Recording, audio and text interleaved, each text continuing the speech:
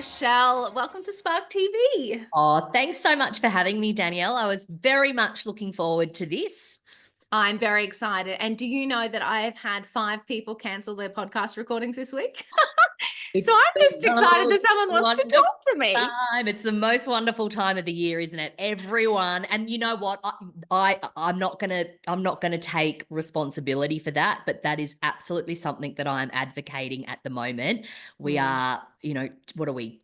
2 weeks before Christmas as we record this, and I have been working with my clients to help them like just eliminate that non-essential Yeah. stuff in their calendars. And I'm sorry that that has been, I blame you. I blame but you you for know this. what? You've been given the gift of time. How good is that when that happens, when you're already Yes. so busy and then someone cancels a meeting and you're like, yeah, I know. It's so funny because it's like right now, Danny is so happy that I get some space, but I'm just going, oh, January, Danny is going to be stressed. well, yes, to try and fit it all in because Yeah. you've got a podcast schedule to fill. So yes, Yes. no, I understand your pain. But no, I was really looking forward to this and I'm glad I'm glad we're doing it. Absolutely. So let's kick off by telling everybody who you are and what you do. So, well, I'm Michelle Broadbent, and my business is I have my own business, which is Michelle Broadbent, and then I also have another part to my business, which is my accountability circles. So I support female founders, and I help them overcome the operational overwhelm of running a business solo. Which is bloody huge. Oh my God, operational overwhelm. I've never heard it put like that, but that's, Yeah. it's so, I think, encapsulating of what we go through, right? Just thinking of all of the things, just talking about how busy we are leading into Christmas. It's kind of never ending, is it? There's always something that we should be doing. Absolutely. And so I work with a lot of women who are incredibly good at their craft. So they could be creatives, they could be consultants, coaches, people that are really, really good at like technically at the thing that they're brilliant at, which is why they started their business.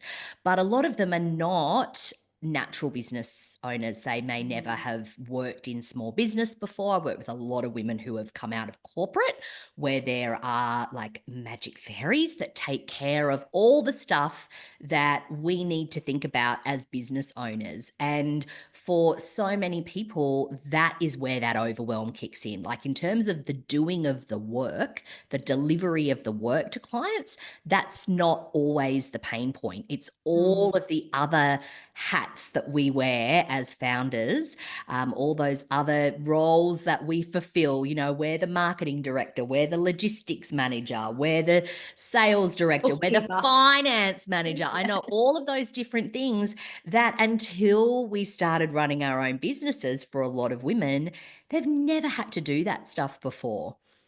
Yeah, it's really interesting, isn't it? I think that it's one of the things that people aren't prepared for. They kind of do think, okay, I've had this job as, let's say, a graphic designer, Yep. and I've got, well, I could do this for myself. And I love graphic design. I love working with clients. I'm going to go and do that. And it's almost then the everything else, you're right, that is a bit of an afterthought and kind of a Mm. little bit of a shock. Sometimes I think you just go, you're right, then bring back the magic fairies of corporate land who did all of these things. So it's almost a bit of that, you don't know what you don't know. It's 100% true, Danny. It's like people get into this for various reasons, but often the ones that I hear is like, I wanted freedom and I wanted to have time. And it's like, you are never going to work as hard in your life as you will building your business. Now, that's not to say that it's going to be like that forever, but definitely in those early years and at any growth stage. So I tend to work with women when they are in some kind of growth stage. So usually they're through that startup phase and then they're moving into that next stage of growth. And that's where those growing pains kick in. It's when you've kind of been doing everything yourself and realize that that's just not sustainable. Usually there's been some opportunity cost or there's been something that has happened in either their business or their life that has Mm. caused them to go, I can't keep doing this. Do I burn my business to the ground, or do I sort my shit out and actually, yeah, become a, like I call it, like becoming a grown up business owner, stepping in, truly stepping into that CEO role. I have been in business for over 12 years now, and I don't think I'm a grown-up businesswoman yet. There are literally, like, still things surprise me that I'm learning every day. It's which is also kind of why I like it, because it's so fascinating and interesting, and yeah, it's something that you can really obsess over. But it is really interesting, going, okay, what do I need to do to step into that CEO role? What do you think some of the big things, like big ticket items are when you see someone go from, okay, bit of a hobby, bit of overwhelmed, I'm actually going to take this very seriously. I want a little bit of that freedom in my life. What are Yeah. some of the big ticket items that really help people get there? So I think it's starting to, I talked about like wearing all the different hats. You're Mm, you're the head of every department. You are the department. You're not just the head of it. It's actually identifying what is in your zone of genius. Where are you of the highest value to your mm, business? What is the stuff that only you can do? So we'll come back to your graphic designer example.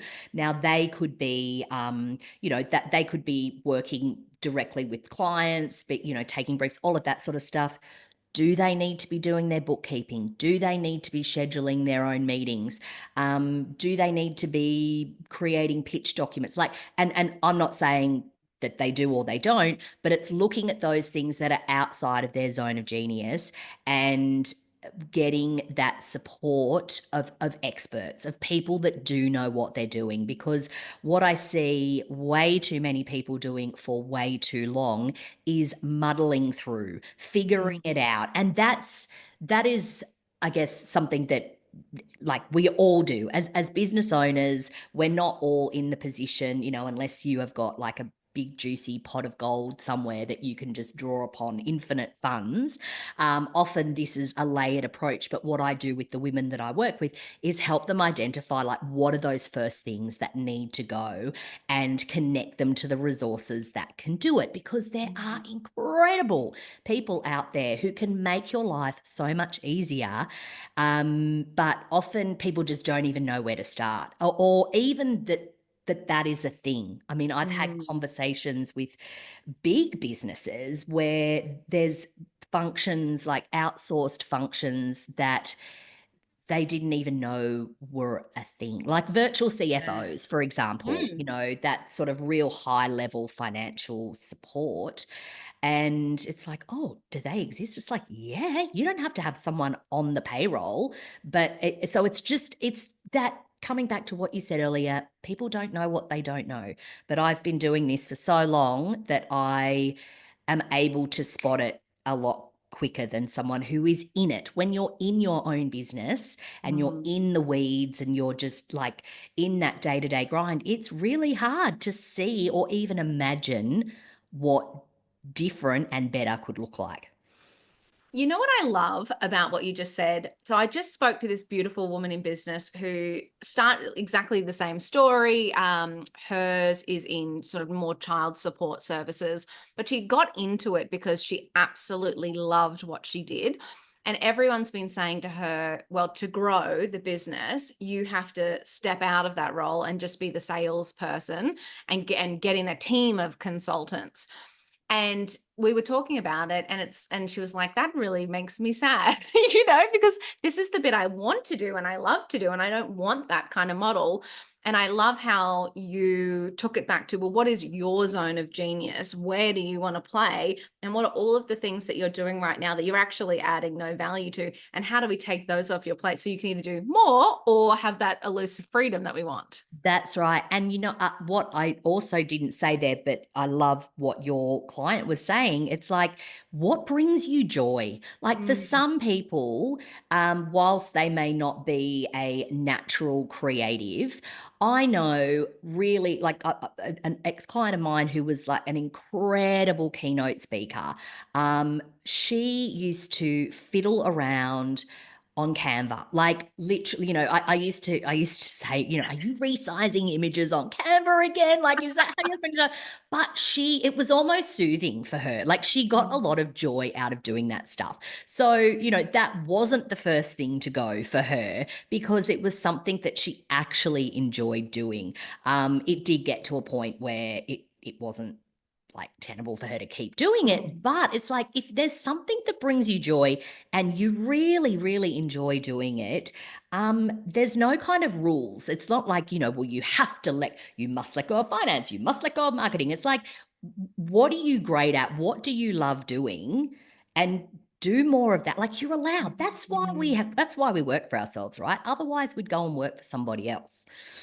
I love the moment that I learned that. So I built a business and I was miserable. And then I just had that epiphany moment that I was like, well, you're the boss. Yes, you're You get to allowed. pick.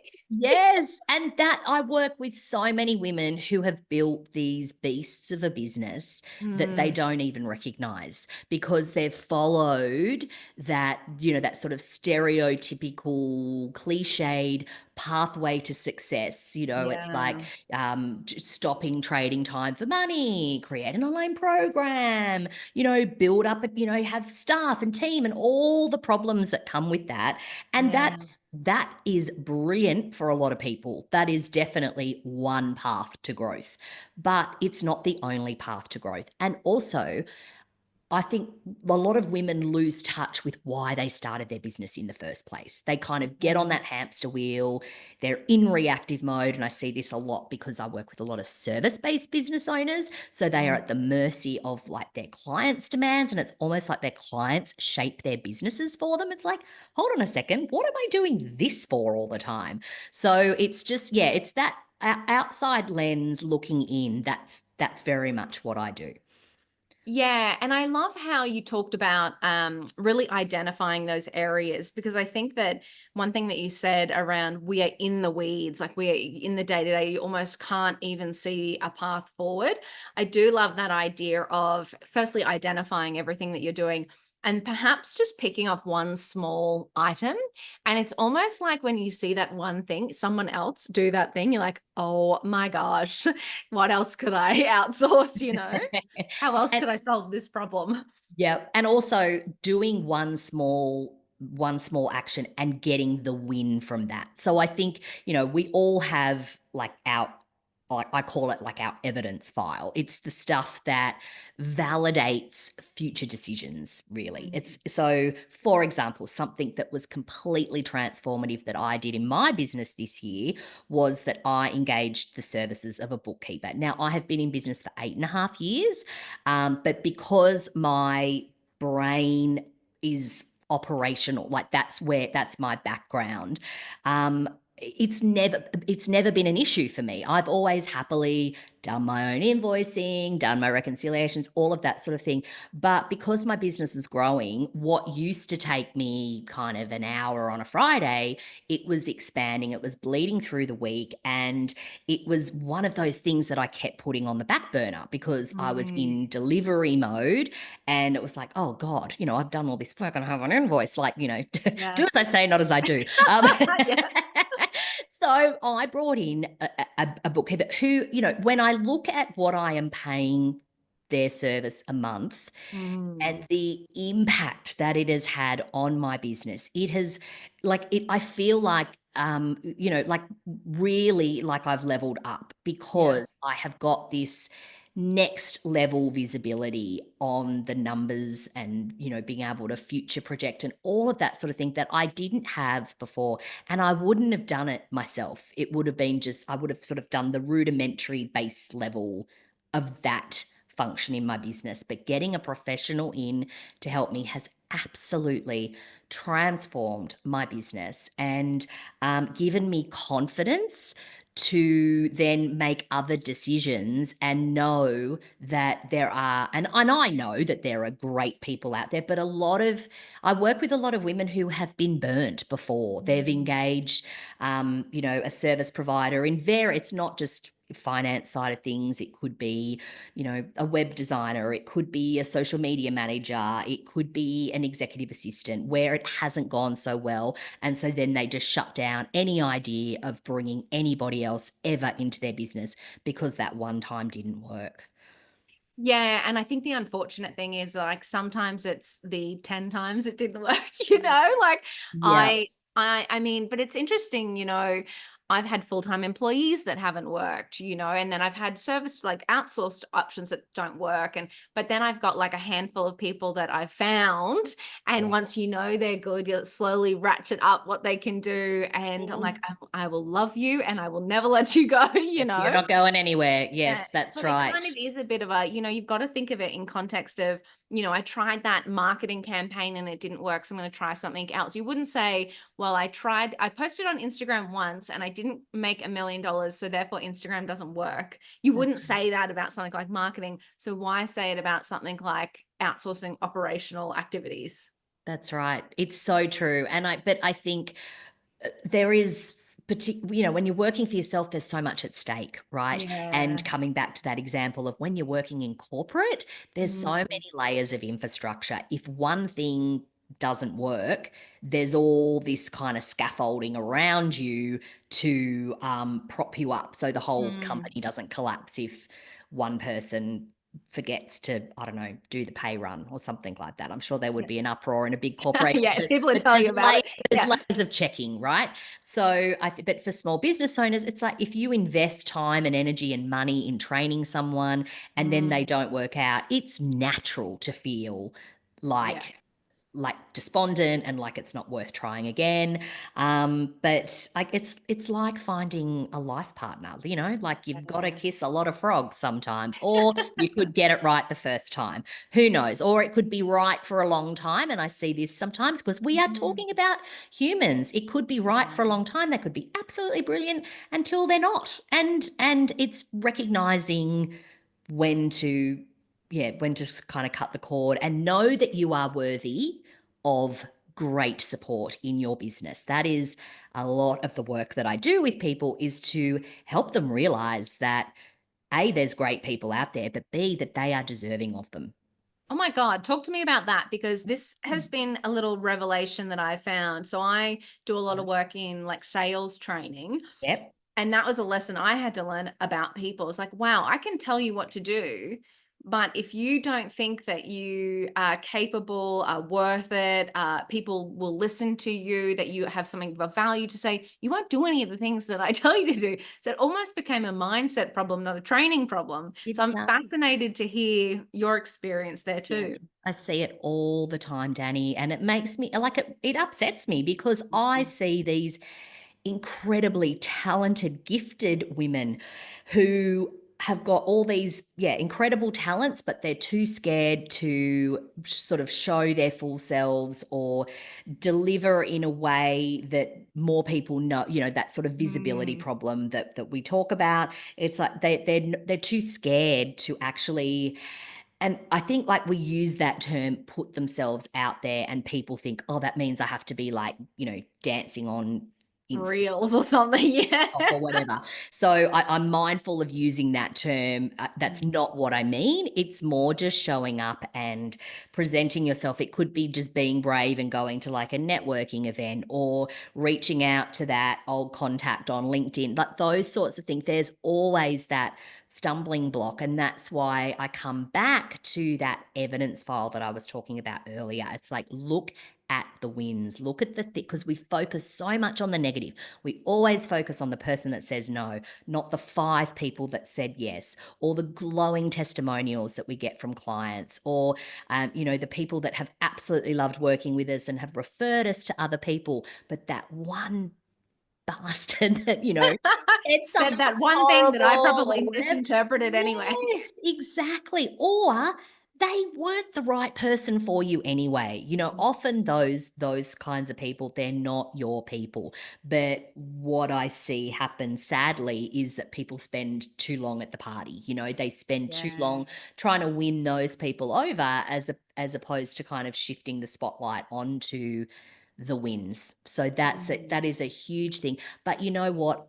It's so common, and I think if the listener is sitting there going, "Oh, that's me," it's like that's everyone. And I work with, I've worked with and continue to work with people who have got quite a high profile.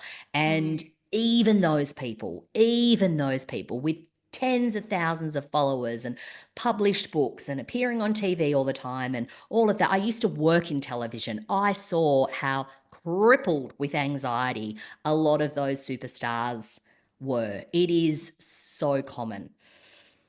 It's just wild, isn't it? It's like, you hear that and you think it's still something that everybody struggles with. And it's funny, like you can, I mean, I'm just thinking of myself, like, and I have those days where I go, oh my Mm, God, I don't want to do it. I don't want yeah. to show up on stories. I don't want to talk. I don't want to answer the phone, all of those things.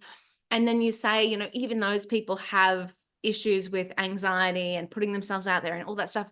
Mm. um I don't know, it's just such a common problem that we all have, but it's almost like we don't talk about it enough. We don't draw enough We attention to it. don't. And that's why, I love, like, with my accountability circles, it is that safe space for Mhm. small groups of women who are all in the trenches together, right? And they're all Yeah. women building their businesses to talk about this stuff because it doesn't get talked about.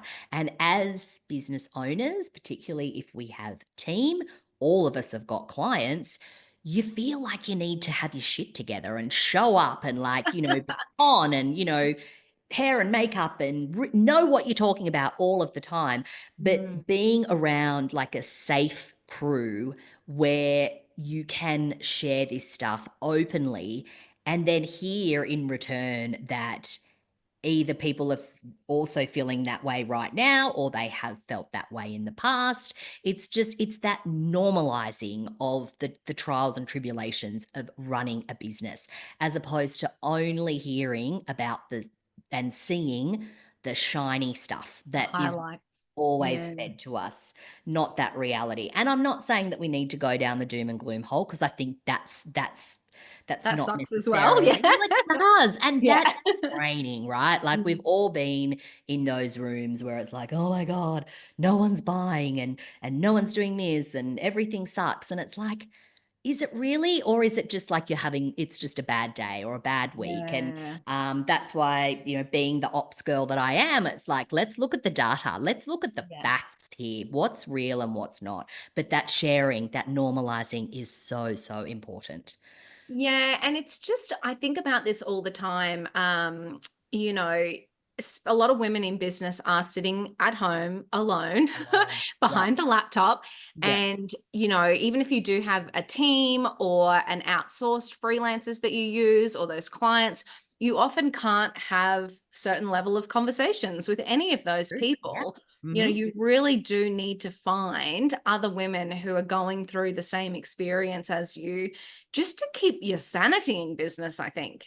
100%. That 100%. It's that sense check. It's like, am I going crazy? But even things like, I mean, pricing is a huge one, right? That is a huge Mm. pain point for a lot of business owners. Like, I don't know how much to charge. And it's like you put that number on the bottom of the proposal and you close your eyes and you hit send and you pray that everything's going to be okay and that the client's going to say yes. But even just having people that you can sense check that sort of thing with, that know and understand you, that is the difference. There are so many brilliant online, like Facebook groups and online groups of, hundreds, thousands of female business owners. And when I see people like snap polling those groups, what should I do about this? And then there's this like pile on of like 45 responses from people that don't know anything about them or their business. That just causes more confusion and pain. Whereas having people that really understand you and your business and what your goals are, because what Yeah. success is for me is probably going to be different to what success is for you and what success is for each of our individual clients. And that's really important when you are, when you are sharing advice, and, I'll use Mm. the air quotes here, is to have that sort of baseline information, because you could be steering people up the garden path and causing way more confusion than when they started. Yeah, it's actually such a good point. And I often think that people ask advice of people who haven't been in their shoes kind of to procrastinate a little bit Totally. and, It is you know, absolutely a it's perfectionism, like, coming yeah. out is as procrastination. It's like, I don't wanna put this out into the world until it's perfect. Everyone Mm. tell me it's perfect. Tell me my decision is right. And then you've got all of these people who, yes, have probably never been, walked, they say, like, walk a mile in someone's shoes, but it's, yeah, spot on. I love how you talked about the data before, and it's almost like I feel like that's the best way to make a decision. If you can Mm, actually get the person who is going to buy the product from you to give you that feedback and to be okay that it's like, like either way, like, yes, it's leaning in that direction or leaning that, or I'd change this, or I'd mm, buy if, or whatever the words are. But like going out and collecting the data from the people who are actually have either done what you've done before or done what you want to do before, or yeah, are your actual customers who are going to make the decision, yeah.